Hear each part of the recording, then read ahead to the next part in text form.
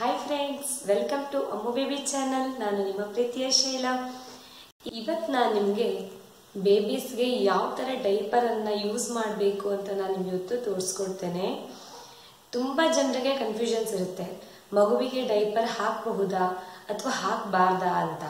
ಹಾಕಿದ್ರೂ ಯಾವ ಥರ ನಾವು ಅವರಿಗೆ ಡೈಪರನ್ನು ಹಾಕಬೇಕು, ಯಾವ ಟೈಮಲ್ಲಿ ಅವರಿಗೆ ನಾವು ಡೈಪರನ್ನು ಯೂಸ್ ಮಾಡಬೇಕು, ಹಾಗೆ ಡೈಪರನ್ನು ಹಾಕೋದ್ರಿಂದ ಅವರಿಗೆ ಏನು ಪ್ರಾಬ್ಲಮ್ ಆಗುತ್ತೆ ಅದನ್ನು ನಾನು ಇವತ್ತು ಡೀಟೇಲ್ ಆಗಿ ತಿಳಿಸ್ಕೊಡ್ತೇನೆ. ಕೊನೆವರೆಗೂ ನೋಡಿ. ನೀವು ಈ ಚಾನಲ್ನ ಮೊದಲನೇ ಬಾರಿ ನೋಡ್ತಾ ಇದ್ದಿದ್ರೆ ದಯವಿಟ್ಟು ಸಬ್ಸ್ಕ್ರೈಬ್ ಬಟನ್ ಅನ್ನು ಕ್ಲಿಕ್ ಮಾಡಿ, ಹಾಗೆ ಪಕ್ಕದಲ್ಲಿ ಕಾಣುವ ಬೆಲ್ ಬಟನ್ ಕೂಡ ಕ್ಲಿಕ್ ಮಾಡಿ. ಇದರಿಂದ ನಿಮಗೆ ಹೊಸ ಹೊಸ ವಿಡಿಯೋನ ನೋಟಿಫಿಕೇಶನ್ ನಿಮಗೆ ಸಿಗ್ತಾ ಹೋಗುತ್ತೆ. ಈ ವಿಡಿಯೋ ನಿಮಗೆ ಇಷ್ಟ ಆದರೆ ದಯವಿಟ್ಟು ಕೆಳಗಡೆ ಲೈಕ್ ಕೊಡೋದನ್ನು ಮರಿಬೇಡಿ. ನಿಮ್ಮ ಒಂದು ಲೈಕ್ ಮತ್ತೆ ನಮಗೆ ಹೊಸ ಹೊಸ ವಿಡಿಯೋನ ಮಾಡೋಕ್ಕೆ ಪ್ರೋತ್ಸಾಹ ಕೊಡುತ್ತೆ. ನಿಮ್ಮ ಫ್ರೆಂಡ್ಸಿಗೆಲ್ಲ ಶೇರ್ ಮಾಡಿ. ಬನ್ನಿ ಫ್ರೆಂಡ್ಸ್, ಏನು ಅಂತ ನಾನು ಇವತ್ತು ತೋರಿಸ್ತೇನೆ.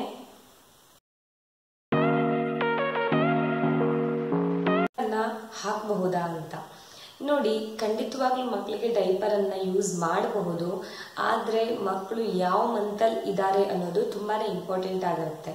ಸ್ಟಾರ್ಟಿಂಗಲ್ಲೇ ಅವ್ರಿಗೆ ನಾವು ಡೈಪರನ್ನು ಹಾಕೋದ್ರಿಂದ ಅವರಿಗೆ ಇಚ್ಚಿಂಗ್ ಸಮಸ್ಯೆ ಆಗಬಹುದು, ಹಾಗೆ ಅವ್ರ ಸ್ಕಿನ್ ತುಂಬಾ ಸೆನ್ಸಿಟಿವ್ ಆಗಿರುತ್ತೆ. ಸೊ ಆಗ ನಾವು ಸ್ಟಾರ್ಟಿಂಗ್ ಡೈಪರನ್ನು ಯೂಸ್ ಮಾಡ್ದೇನೆ ಇದ್ದರೆ ತುಂಬಾ ಒಳ್ಳೆಯದು.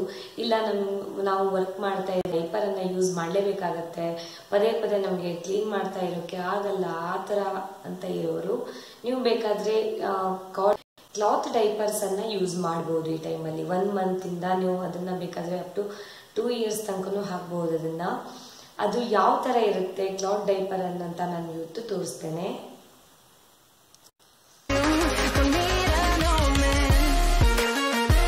ನಾನು ಆಫ್ಟರ್ 6 ಮಂತ್ಸಿಂದ ಇದನ್ನ ಯೂಸ್ ಮಾಡ್ತಾ ಇದ್ದೇನೆ.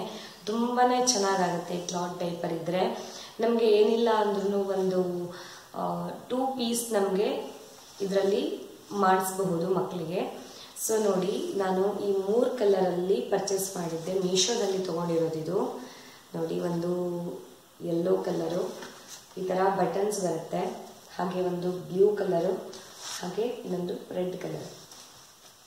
ಇದು 3 ಕ್ಲಾತ್ ಡೈಪರ್ಗೆ ನಾನು ಇದನ್ನು ಪರ್ಚೇಸ್ ಮಾಡಬೇಕಾದ್ರೆ ನನಗೆ 500 to 600 ಏನೋ ಸಮಥಿಂಗ್ ಇತ್ತು. ಈಗ ಇಷ್ಟಾಗಿದೆ ರೇಟ್, ಎಕ್ಸಾಕ್ಟ್ಲಿ ನನಗೆ ಗೊತ್ತಿಲ್ಲ.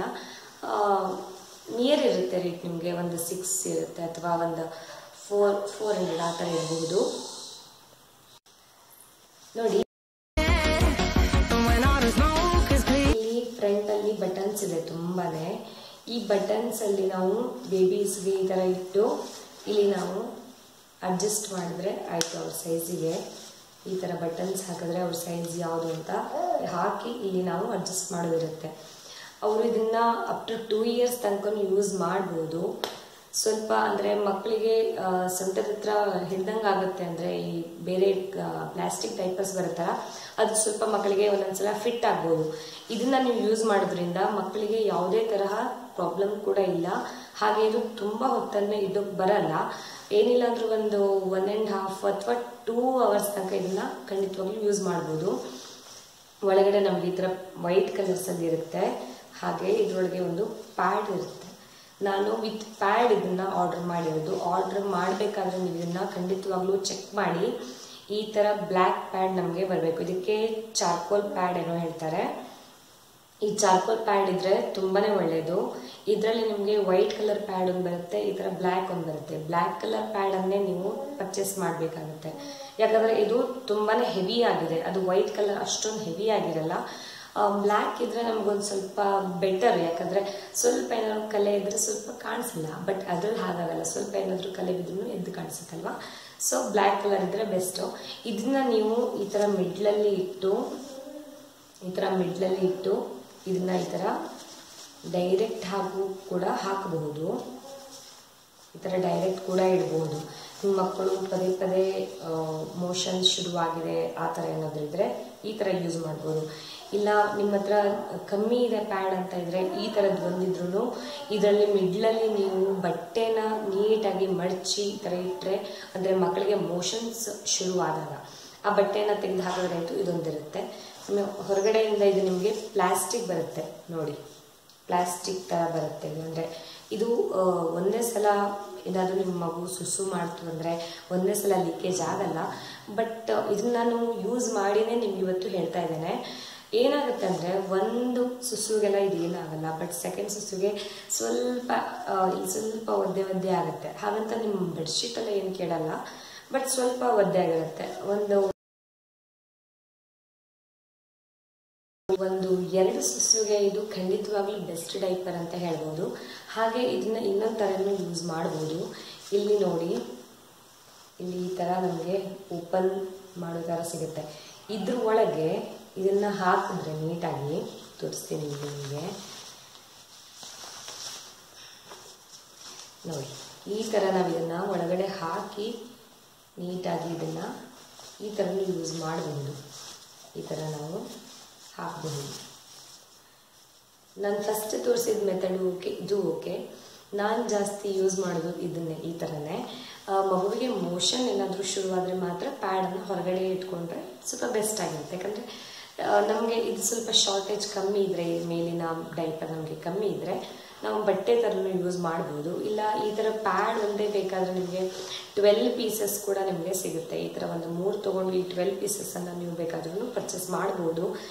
ಇದರಿಂದ ಮಕ್ಕಳಿಗೆ ಯಾವುದೇ ತರಹದ ಸಮಸ್ಯೆ ಕೂಡ ಆಗಲ್ಲ.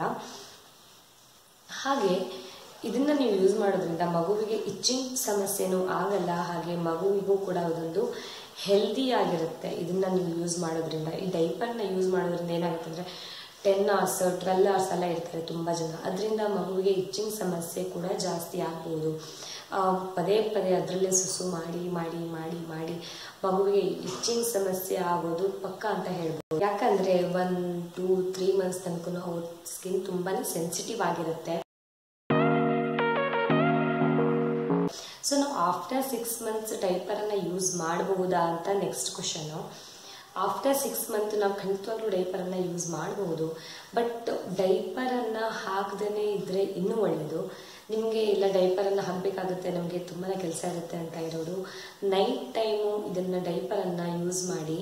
ಡೇ ಟೈಮಲ್ಲಿ ನೀವು ಈ ಥರ ಕ್ಲಾತ್ ಡೈಪರನ್ನೇ ಜಾಸ್ತಿ ಯೂಸ್ ಮಾಡಿ. ಇದು ನೀವು ಏನಿಲ್ಲ ಅಂದರೂ ಒಂದು 6 ಡೈಪರ್ಸ್ ತೊಗೊಂಡ್ರೆ ನಿಮಗೆ ಈ ಮಾರ್ನಿಂಗ್ ಆಫ್ಟರ್ನೂನ್ ಎಲ್ಲ ಕಳೆದೋಗ್ಬಿಡುತ್ತೆ. ಹಾಗೆ ಸಂಜೆ ನೀವು ನೈಟ್ ಡೈಪರನ್ನು ಹಾಕಿ ನಿಮ್ಮ ಮಗುವಿಗೆ ಮಲಗಿಸ್ಬೋದು. ಇಲ್ಲ ನೀವು ಆ ಥರ ಪ್ಲಾಸ್ಟಿಕ್ ಡೈಪರ್ಸನ್ನು ಯೂಸ್ ಮಾಡಲ್ಲ ಅಂತಿದ್ರೆ ನೀವು ನೈಟ್ ಕೂಡ ಈ ಡೈಪರನ್ನು ಯೂಸ್ ಮಾಡ್ಬೋದು. ತುಂಬಾ ಚೆನ್ನಾಗಿದೆ ಡೈಪರು.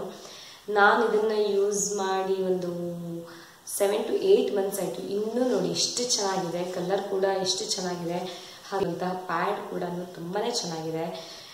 ನೀವು ಕೂಡ ಇದನ್ನು ಯೂಸ್ ಮಾಡಿ. ನಿಮಗೆ ಸ್ವಲ್ಪ ಮಗುವಿನ ಕೆಲಸ ಸ್ವಲ್ಪ ಕಮ್ಮಿ ಆಗುತ್ತೆ ಅಂತ ಹೇಳ್ಬೋದು ಈ ಡೈಪರನ್ನು ನೀವು ಯೂಸ್ ಮಾಡೋದ್ರಿಂದ. ನಾನು ಇದನ್ನು ಜಸ್ಟ್ 3 ಪರ್ಚೇಸ್ ಮಾಡಿದ್ದೆ. ನಿಮಗೆ ಜಾಸ್ತಿ ಅವಶ್ಯಕತೆ ಇದ್ದರೆ ನೀವು ಬೇಕಾದರೆ ಜಾಸ್ತಿನೂ ಕೂಡ ಪರ್ಚೇಸ್ ಮಾಡಿ. ನಾನು ತುಂಬ ಹೊತ್ತು ಹಾಕಿರ್ತಾ ಇರಲಿಲ್ಲ. ನನಗೆ ಕೆಲಸದ ಸಮಯ ಇದ್ದಾಗೆಲ್ಲ ನಾನು ಇದನ್ನು ಯೂಸ್ ಮಾಡ್ತಿದ್ದೆ ಡೇ ಟೈಮಲ್ಲಿ. ಆಫ್ಟರ್ 6 months ನಾನು ನೈಟ್ ಕೂಡ ಇದನ್ನು ಯೂಸ್ ಮಾಡೋಕ್ಕೆ ಶುರು ಮಾಡಿದೆ. ಹಾಗೆ ಈಗ ಅವನಿಗೆ 1 year ಆಗ್ತಾ ಬಂದಿದೆ. ಈಗ ನಾನು ಡೈಲಿ ನೈಟ್ ಅವನಿಗೆ ಯೂಸ್ ಆ್ಯಂಡ್ ಥ್ರೋ ಒಂದು ಪ್ಲಾಸ್ಟಿಕ್ ಡೈಪರನ್ನು ಹಾಕ್ತೀನಿ, ಡೇ ಟೈಮಲ್ಲಿ ಇದನ್ನು ಹಾಕಿರ್ತೀನಿ. ನಾವು ಜಾಸ್ತಿ ಸ್ವಲ್ಪ ಪ್ಲಾಸ್ಟಿಕ್ ಡೈಪರನ್ನು ಅವಾಯ್ಡ್ ಮಾಡಿದ್ರೆ ತುಂಬಾ ಒಳ್ಳೆಯದು. ಇದನ್ನು ನಾವು ಜಾಸ್ತಿ ಯೂಸ್ ಮಾಡಿದ್ರೆ ಇದು ನಮಗೆ ಎಕೋ ಫ್ರೆಂಡ್ಲಿ ಆಗಿರುತ್ತೆ ಅಂತ ಹೇಳ್ಬೋದು.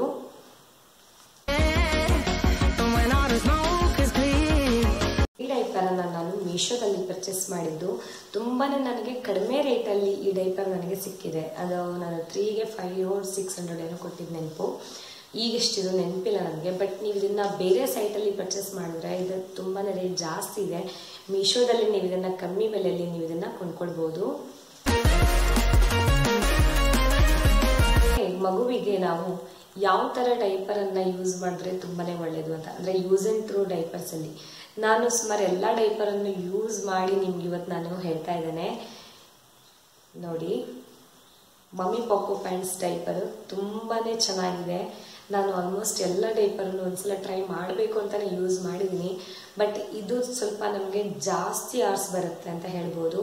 ಹಾಗೆ ಇದರಲ್ಲಿ ನಮಗೆ ಲೀಕೇಜ್ ಕೂಡ ಜಾಸ್ತಿ ಆಗೋದು ಕಮ್ಮಿ ಅಂತ ಹೇಳ್ಬೋದು. ಇದು ವೈಡ್ ಸ್ಪ್ರೆಡ್ ಕೊಟ್ಟಿದ್ದಾರೆ ಇಲ್ಲಿ ನಮಗೆ. ನೋಡಿ, ಕಾಣಿಸ್ತಾ ಇರ್ಬೋದು ನಿಮಗೆ ಅಂಚಲ್ಲಿ ಈ ಥರ ನಮಗೆ ಜಾಸ್ತಿನೇ ಎಕ್ಸ್ಟೆನ್ಷನ್ ಸಿಗುತ್ತೆ ಈ ಮಮ್ಮಿ ಪೊಕೊ ಪ್ಯಾಂಟ್ಸಲ್ಲಿ. ಹಾಗೆ ಇದು ನಿಮಗೆ ತುಂಬ ಹೊತ್ತಿರುತ್ತೆ. ನಾವು ತುಂಬ ಹೊತ್ತು ಮಗುವಿಗೆ ಇಡಬೇಕಂತ ಅಲ್ಲ, ಮಗುವಿಗೆ ನಾವು ಏನಿಲ್ಲ ಅಂದ್ರೆ ಒಂದು 6 ಅವರ್ಸಿಗೆ ಡೈಪರ್ನ ಚೇಂಜ್ ಮಾಡಿದ್ರೆ ತುಂಬಾ ಒಳ್ಳೆಯದು. ಆ ಡೈಪರ್ ಮೇಲೆ ಬರ್ಕೊಂಡಿರುತ್ತೆ 10 ಅವರ್ಸು 12 ಅವರ್ಸ್ ಅಂತ. ಬಟ್ ನಾನು ಇದನ್ನು ಜಾಸ್ತಿ ಆಲ್ಮೋಸ್ಟ್ 6 ಅವರ್ಸ್ಗೆ ಚೇಂಜ್ ಮಾಡಿಬಿಡ್ತೀನಿ. ನೈಟ್ ಕೂಡ ಅಷ್ಟೇ, ಅವನು ಮಲಗಿದ ಮೇಲೆ ನಾನು ಮಲಗೋ ಹೊತ್ತಲ್ಲಿ ಅವನಿಗೆ ನಾನು ಡೈಪರನ್ನು ಚೇಂಜ್ ಮಾಡಿ ಮಲಗಿಸೋದು. ಬೆಳಗ್ಗೆ ಎದ್ದು ಕೂಡಲೇ ಬೇಗ ಅದನ್ನು ತೆಗೆದುಬಿಡ್ತೀನಿ. ನಾವು ಇದನ್ನು ತುಂಬ ಹೊತ್ತಿಟ್ರೆ ಅವರಿಗೆ ಇಲ್ಲಿ ಎಷ್ಟಂದ್ರೂ ನಮ್ಗೆ ಇಲ್ಲಿ ಸುಸು ತುಂಬ ಹೋಗ್ಬಿಡುತ್ತೆ ಅಲ್ವಾ. ಸೊ ಅವರಿಗೆ ಅದರಿಂದ ಇಚ್ಚಿಂಗ್ ಸಮಸ್ಯೆ ಆಗುತ್ತೆ. ನನ್ನ ಮಗುವಿಗೆ ಇನ್ನೂ ತನಕ ಒಂದ್ಸಲೂ ಇಚ್ಚಿಂಗ್ ಸಮಸ್ಯೆ ಬಂದಿಲ್ಲ. ನಾನು ತುಂಬಾ ಡೈಪರ್ ಯೂಸ್ ಮಾಡಿದ್ರು ಒಂದ್ಸಲೂ ಇಚ್ಚಿಂಗ್ ಸಮಸ್ಯೆ ಬಂದಿಲ್ಲ. ನೀವು ಕೂಡ ಅಷ್ಟೇ 6 ಅವರ್ಸ್ಗೆ ಈ ಡೈಪರ್ಸನ್ನು ಆದಷ್ಟು ಚೇಂಜ್ ಮಾಡಿ. ತುಂಬ ಹೊತ್ತು ಡೈಪರನ್ನು ಇಡಬೇಡಿ. ಇದು ನಾನು 6 ಅವರ್ಸ್ ಅಂತ ಹೇಳೋದು ತಪ್ಪಾಗುತ್ತೆ, ಯಾಕಂದರೆ ನಿಮ್ಮ ಮಗುವಿನ ಕೆಪಾಸಿಟಿ ಅಂದರೆ ಅವ್ರು ಎಷ್ಟು ಗೊತ್ತಿರಬೇಕಾಗುತ್ತೆ. ಡೈಪರ್ ತುಂಬೋ ತನಕ ಇಡಬೇಡಿ ಅಷ್ಟೇ. ಸ್ವಲ್ಪ ಇನ್ನೂ 1-2 ಸುಸು ಆಗುತ್ತೆ ಅನ್ನೋಷ್ಟರಲ್ಲೇ ಅದನ್ನು ತೆಗೆದುಬಿಡ್ಬೇಕಾಗತ್ತೆ.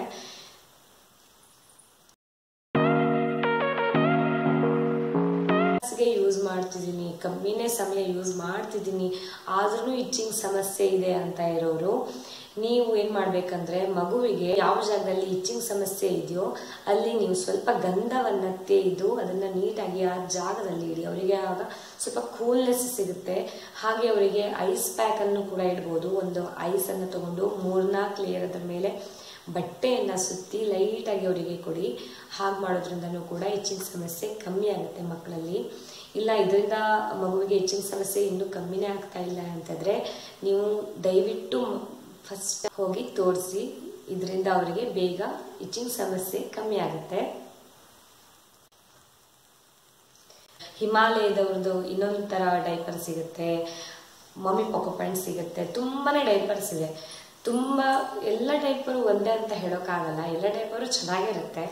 ಆದರೆ ಅದರಲ್ಲಿ ದಿ ಬೆಸ್ಟ್ ಅಂತ ನನ್ನ ಒಪಿನಿಯನ್ ಅಂದರೆ ಈ ಮಮ್ಮಿ ಪೊಕೊ ಪ್ಯಾಂಟ್ಸೇ. ಯಾಕಂದರೆ ಇದು ತುಂಬಾ ಚೆನ್ನಾಗಿದೆ. ನಾನು ಯೂಸ್ ಮಾಡಿ ನಿಮ್ಗೆ ಹೇಳ್ತಾ ಇದ್ದೇನೆ. ನೀವು ಕೂಡ ಇದನ್ನು ಯೂಸ್ ಮಾಡಿ. ನಿಮಗೂ ಕೂಡ ತುಂಬ ಜನರು ಮಾಡಬೇಕು ಅಂತ ಈ ಕ್ಲಾತ್ ಡೈಪರ್ ವಾಶ್ ಮಾಡೋದು ಜಸ್ಟ್ ಈ ಒಳಗಡೆ ಇರುವಂತಹ ಈ ಚಾರ್ಕೋಲ್ ಪ್ಯಾಡ್ ಇದೆಯಲ್ಲ, ಇದು ಸ್ವಲ್ಪ ಹೆವಿ ಆಗಿರುತ್ತೆ. ಇದನ್ನ ನಾವು ನೀಟಾಗಿ ನೀರನ್ನು ತೆಗಿಬೇಕಾಗುತ್ತೆ. ಈ ಥರ ತಗೊಂಡು ನೀಟಾಗಿ ಸ್ಲೋವಾಗಿ ಹಿಂಡಬೇಕಾಗುತ್ತೆ. ಫುಲ್ಲಾಗಿ ಹಿಂಡ್ಬಿಟ್ರೆ ಇಲ್ಲಿ ಅಂಚಲ್ಲಿ ನಮಗೆ ಇಲ್ಲಿ ಥ್ರೆಡ್ಡರ್ ಇರುತ್ತಲ್ಲ, ಅಂದರೆ ಸ್ಟಿಚಿಂಗ್ ಇರುತ್ತಲ್ಲ, ಅದು ಹೋಗ್ಬಿಡುತ್ತೆ. ನಾವು ಇದನ್ನು ಲೈಟಾಗಿ ಸ್ವಲ್ಪ ಹಿಂಡಬೇಕಾಗುತ್ತೆ. ನೀವು ವಾಷಿಂಗ್ ಮಿಷನ್ಗೆ ಹಾಕ್ತೀನಿ ಅಂತ ಆದರೆ ಏನೂ ಪ್ರಾಬ್ಲಮ್ ಇಲ್ಲ. ನಾನು ಕೂಡ ಇದನ್ನು ವಾಷಿಂಗ್ ಮಿಷನಲ್ಲೇ ನಾನು ಕೂಡ ಇದಕ್ಕೆ ಸಮಸ್ಯೆ ಆಗಿಲ್ಲ.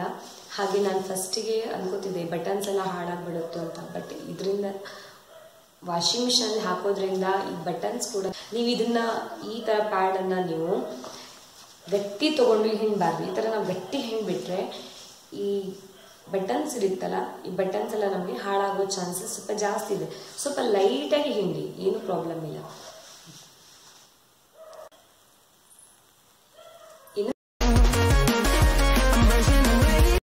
ತುಂಬಾನೇ ಕಷ್ಟ ಆಗುತ್ತೆ. ಮಗುವಿನ ಡೈಪರ್ ಫುಲ್ ಆಗಿದೆಯೋ, ಡೈಪರ್ ಯಾವಾಗ ಚೇಂಜ್ ಮಾಡಬೇಕಂತ ಅವರಿಗೆ ತುಂಬ ಹೊತ್ತದನ್ನ ನೋಡ್ಕೋತಾ ಕೂತ್ಕೊಳ್ಳೋಕ್ಕೆ ಆಗಲ್ಲ. ಅವ್ರೇನು ಮಾಡಬೇಕಂದ್ರೆ ಹಿಮಾಲಯದವ್ರದ್ದು ಒಂದು ಪ್ಯಾಡ್ ಬರುತ್ತೆ ಡೈಪರ್ಸು, ಅದರಲ್ಲಿ ಒಂದು ಸಿಗ್ನಲ್ ತೋರಿಸುತ್ತೆ ನಿಮಗೆ. ಯೆಲ್ಲೋ ಕಲರ್ ಇರುತ್ತೆ, ಅದು ನಿಮಗೆ ಲಾಸ್ಟಲ್ಲಿ ಗ್ರೀನ್ ಆಗುತ್ತೆ. ಈ ನಿಮ್ಮ ಸುಸು ಫುಲ್ ಆಗ್ತಾ ಬಂದಾಗೆ ಅದೊಂದು ಲೈಟ್ ಸಿಗ್ನಲ್ ತೋರಿಸುತ್ತೆ. ಆ ಥರ ನೀವು ಡೈಪರನ್ನು ಯೂಸ್ ಮಾಡೋದ್ರಿಂದ ನಿಮಗೆ ಈಸಿಯಾಗಿ ಐಡೆಂಟಿಫೈ ಮಾಡ್ಬೋದು. ನೀವು ದೂರದಲ್ಲೇ ಕೂತ್ಕೊಂಡು ಹೀಗೆ ಒಂದ್ಸಲ ಕಣ್ಣು ಹಾಯಿಸಿದ್ರೆ ಸಾಕು, ನಿಮಗೆ ಆ ಸಿಗ್ನಲ್ ಕಂಡ್ರೆ ನೀವು ಇಮಿಡಿಯೇಟಾಗಿ ಪ್ಯಾಡನ್ನು ಅವರಿಗೆ ಚೇಂಜ್ ಮಾಡ್ಬೋದು.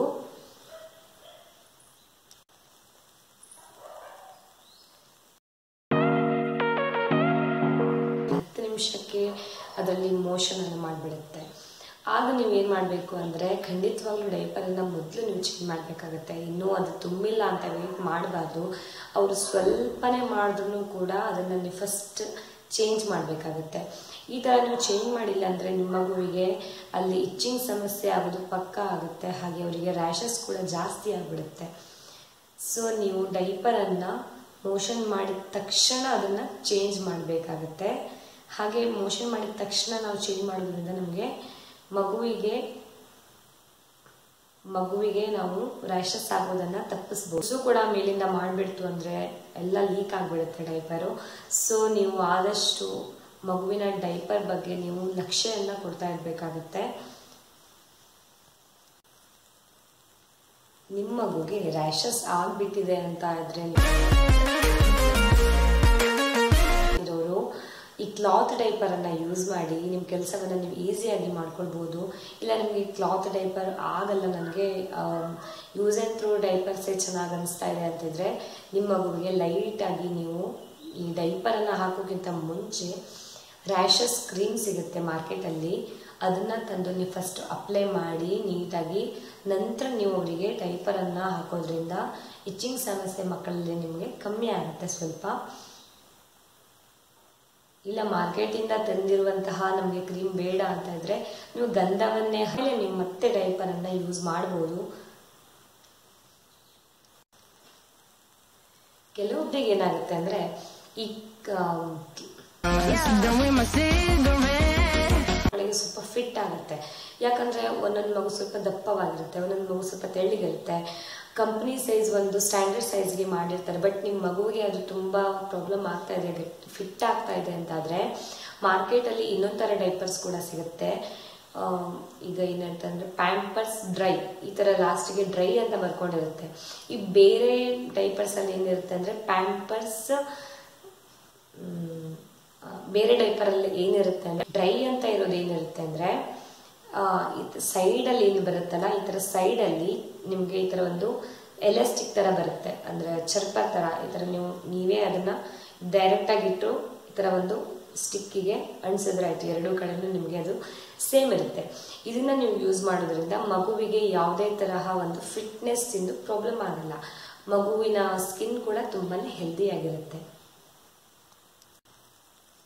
ನಾನು ನನ್ನ ಬೇಬಿಗೆ ಅದನ್ನು 1 ಮಂತ್ ಯೂಸ್ ಮಾಡಿದ್ದೇನೆ, ಯೂಸ್ ಮಾಡಿ ನಿಮಗೆ ಅದನ್ನು ಹೇಳ್ತಾ ಇದ್ದೇನೆ. ಮಾಡಿರೋದು ಪ್ಯಾಂಪರ್ಸ್ ಅವ್ರದ್ದು ಡ್ರೈ ಯೂಸ್ ಮಾಡಿದ್ದೇನೆ, ಹಾಗೆ ಒಂದು ಹಗ್ಗೀಸ್ ಅವ್ರದ್ದು ಯೂಸ್ ಮಾಡಿದ್ದೇನೆ, ತುಂಬಾ ಚೆನ್ನಾಗಿದೆ ಅದು ಕೂಡ. ಹಾಗೆ ಆ ಡೈಪರ್ ಕೂಡ ತುಂಬ ಹೊತ್ತು ನಮಗೆ ಇಡೋಕೆ ಸಾಧ್ಯ ಆಗುತ್ತೆ, ಕ್ವಾಲಿಟಿ ಕೂಡ ಚೆನ್ನಾಗಿರುತ್ತೆ. ನಿಮಗೆ ಇವತ್ತು ಈ ವಿಡಿಯೋ ನೋಡಿ ಯಾವ ಥರ ನಿಮಗೆ ನನ್ನ ವಿಡಿಯೋ ಇಷ್ಟ ಆದರೆ ದಯವಿಟ್ಟು ಕೆಳಗಡೆ ಲೈಕ್ ಕೊಡೋದನ್ನು ಮರಿಬೇಡಿ, ಹಾಗೆ ನಿಮ್ಮ ಫ್ರೆಂಡ್ಸ್ಗೆಲ್ಲ ಶೇರ್ ಮಾಡಿ. ಬೈ ಫ್ರೆಂಡ್ಸ್, ಮತ್ತೆ ಮುಂದಿನ ವಿಡಿಯೋದಲ್ಲಿ ಸಿಗ್ತೇನೆ.